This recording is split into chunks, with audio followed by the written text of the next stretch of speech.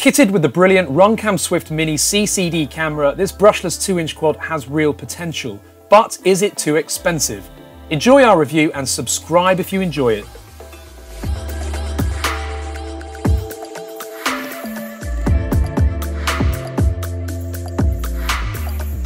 So into us from GearBest is the AuroraRC QAV105. We actually asked for the FR Sky version. For some reason on the box it says Fly Sky. So we'll have a look when we unbox this to see if we have actually got the FR Sky version anyway. So this comes in at about £139, $145 with the receiver, and it's a micro brushless quad. Let's take a look inside. So there is the quad. Now I do love brushless micros. They are just great fun, and when the weather is a bit naff, you can still fly these, which I love because you can fly them indoors. So we'll have a look at that in a second. Just going to first of all look at what accessories come with it. So otherwise in the box, first of all, we've got 2 sets of props. Of course, you're going to need to fit one of those, so you've got 4 spare, and they are standard little 2-inch props, and you also get little screws there as well, Allen bolt type screws to secure them to the motors. You get an elastic band. Wow!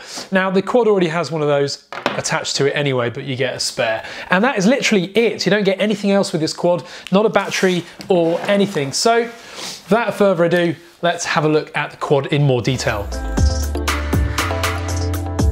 So I've now fitted the props, the 2 little bags you get. One are all of the clockwise props, the other bag are the anti-clockwise props.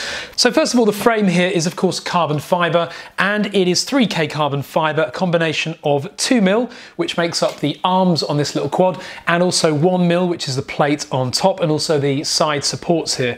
And it feels quite a rigid little frame actually. It's also nice and compact, and I do like the kind of core assembly in the middle here, the rectangular block, and then the very simple arms which are attached underneath. Now the bottom plate is one piece, a little bit like you might remember the Aurora 100, and then the top components are separate as well. So repairs on this, if you do manage to break it, shouldn't be too taxing. Inside here, the central stack is an F3 flight controller. It's an omnibus version running Betaflight. It's got an inbuilt OSD, and it's running BL Heli support on the 4-in-1 speed controller board, which is at the bottom. Now there are no LEDs on this, and I noticed that the board also doesn't have any buzzer attached to it. That's a bit of a problem. I love having a buzzer, and you really do need them on compact micros. However, it's very likely that the board here has some tiny little solder outputs for a buzzer to be attached. So maybe not a big issue there after all. Whilst we're looking at the flight controller board, built into that integrated is a 5.8 gig, 48 channel, 25 milliwatt VTX, not switchable apparently. Now one thing to note, the VTX antenna on the back there is a tiny little whip one. Now mine arrived with the tiny little connector there, very, very loose. And as you may know, if you fire up one of these with no antenna connected, the likelihood is that you'll fry your VTX. So if you get one of these, do inspect that connector very carefully on the VTX board and make sure that the antenna is plugged firmly into it. And I also recommend putting on there a blob of hot glue or something similar, just to make sure that it stays in place. There is a tiny little button here. That's most likely for the VTX and to switch channels, because interestingly, this quad doesn't come with any instructions at all. So I'm guessing that's to switch channels and possibly band as well. On the other side of the VTX, there is the USB port. Of course, we're going to be using that for connecting up to Betaflight. Attached to that speed controller, we've got the wire outputs for the motors, and the motors are Aurora's own brand on this one, and they are 1105 7000 kV brushless motors. So very, very fast spinning motors. Very interested to see what the performance of this little quad is going to be like. As mentioned earlier, the props that came with this, they're actually 2.4-inch props, 24, 35, and they are 4-blade props. Now these do feel quite flexible, but I've flown these before and they're quite brittle, so make sure you order lots of spares. They're very, very cheap, and you can get them in big packets. Now there's a battery band attached on the top of this when you get it, but personally I don't like the idea of attaching the battery up here. A couple of reasons really. First of all, it's going to be potentially in the way of the VTX antenna, and it may actually cause it to dislodge if that battery moves during flight. Also, you've got the receiver antenna just before it as well. I don't think it's a good place to put it up here, so I'd actually install the battery underneath, and I'd probably just thread a battery strap carefully under the frame here. Now, just next to that VTX antenna is the antenna for the built-in receiver. I can't quite tell whether we've got a FlySky or an FrSky here, but I can see there's a tiny little bind button on there, and so we'll try and have a closer look at that when we bind this to the transmitter.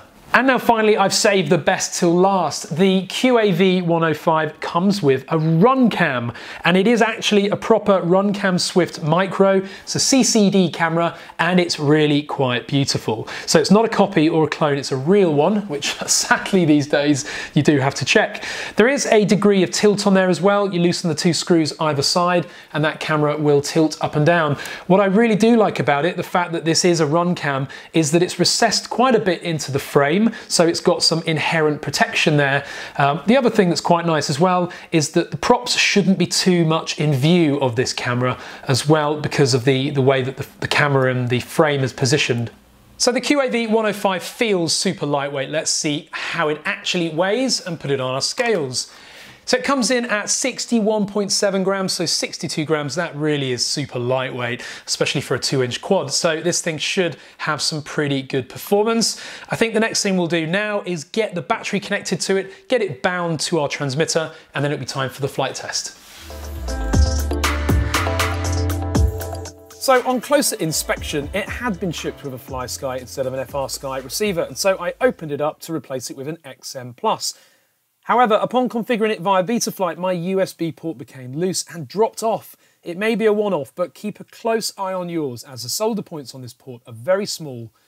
Anyway, let's get on with the flight test. So it is a seriously windy day today in the UK, but the sun is shining. We've even got like flowers and stuff.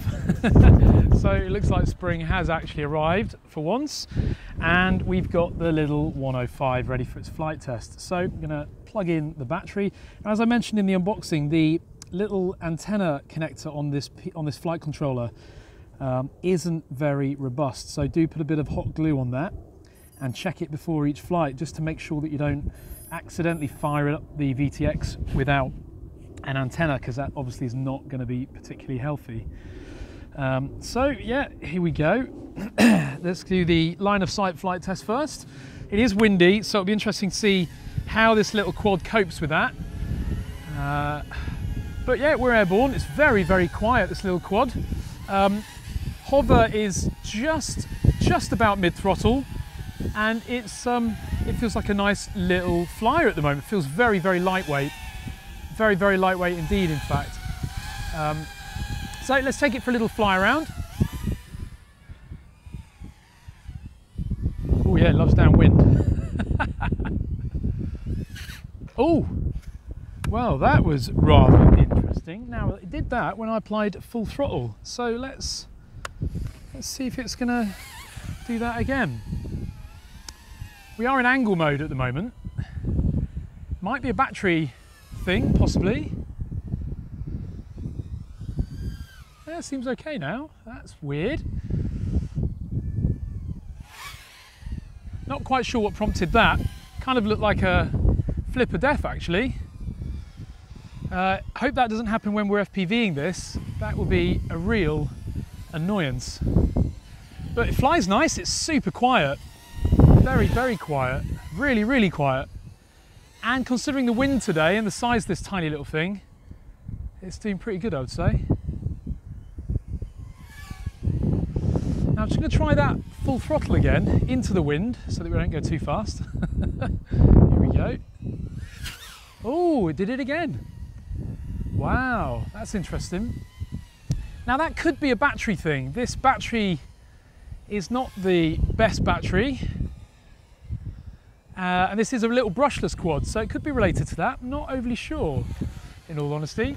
Let's have a look at the acrobatics of this. Very relaxed roll and loop rate there. Very, very relaxed. Nothing lightning fast, but it's pleasant. Let's try a moving flip. Yeah, not bad. Overall, it flies really, really nicely from a line of sight perspective. That little loop thing is a bit of a oddity, but I would put that down to the battery, or possibly, I don't know, maybe the PIDs need a bit of a tweak. But yeah, overall that flies really nice line of sight. Let's just see the yaw on it. Pretty fast actually. So just before we get onto the FPV test, let's do a punch test. Now hopefully that flip of death won't kill the punch test, but it may do. So let's see what happens. 3, 2, 1. Oh, yeah, that's weird. So as soon as I apply full throttle, it's wanting to go off in a different direction, which is very unusual. Not quite sure of the cause of that, but that's going to be a real problem for our FPV flying, of course.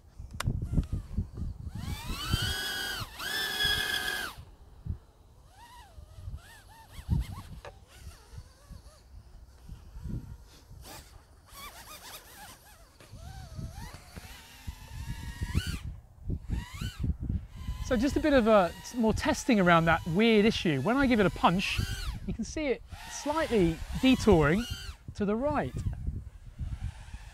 Now that could be, I guess, possibly related to the accelerometer calibration. Yeah, every single time. And I think that's the issue that's causing it to flip when we give it punch at full speed whilst we're flying.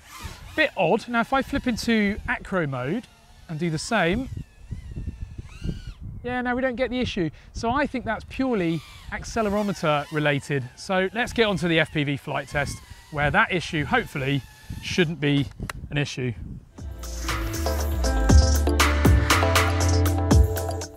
So first thing I noticed about this is that the lock ring on this lovely little Runcam Swift Mini is unfortunately broken.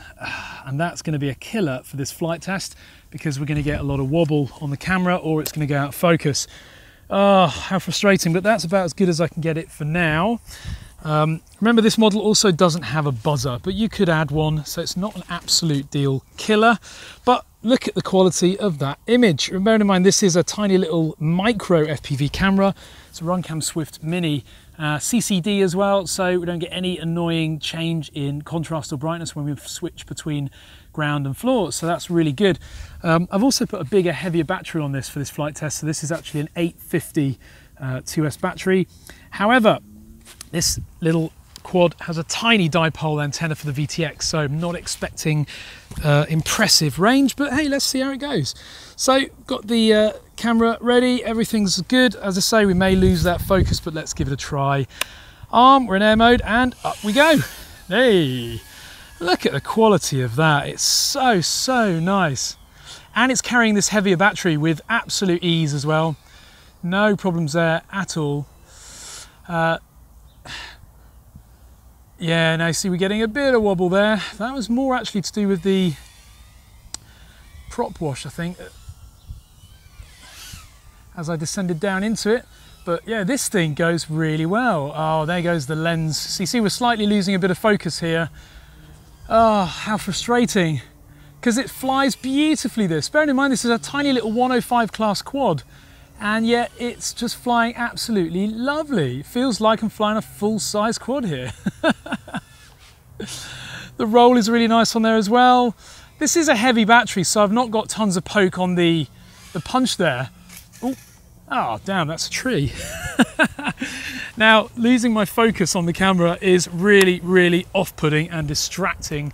That's my excuse for crashing into the tree, but genuinely that is a pain. However, it's easily fixed by either replacing that lock ring or just putting a tiny blob of super glue on that lens, which is not ideal. And up we go. But yeah, this quad goes really nice. Now that dipole antenna is tiny, but we're quite a distance away from ourselves, as you can see, so that's quite good. And it really does scream in the air as well. Not tons of power, as I mentioned, but I would say for an indoor quad or an outdoor quad, short range, it's got plenty of power, and you can see it's, you know, quite acceptable. Now in terms of flight time, it looks like it's not going to be particularly long with this quad. We're at 7.3 volts, in fact dipping to 6.6 on the punch. So flight time, and this is a bigger battery, flight time on a smaller battery, for example a 500 milliamps, is going to be very short indeed. However, I am pushing this. It is a heavy battery, and so that kind of excuses it really. But overall, yeah, I mean, this flies nice. It's not a cheap quad, but that's largely because it comes with that Runcam Swift camera. But it has got a nice little spec. It's got plenty of power. These high KV motors scream and make a lovely sound in the air, and it's lovely to fly. Also, the tune from the factory is very good as well. It feels very solid in the air. Perhaps the P's are a little bit high because when I'm doing a punch, I'm getting a little bit of vibration there. But overall, yeah, not a bad quad, but no buzzer. That's annoying. Anyway, comment below, guys. Links to this are in the video description if you want to have a closer look at it. And give the video a thumbs up. And of course, if you're not already a subscriber, click that subscribe button. Thanks very much for watching, guys.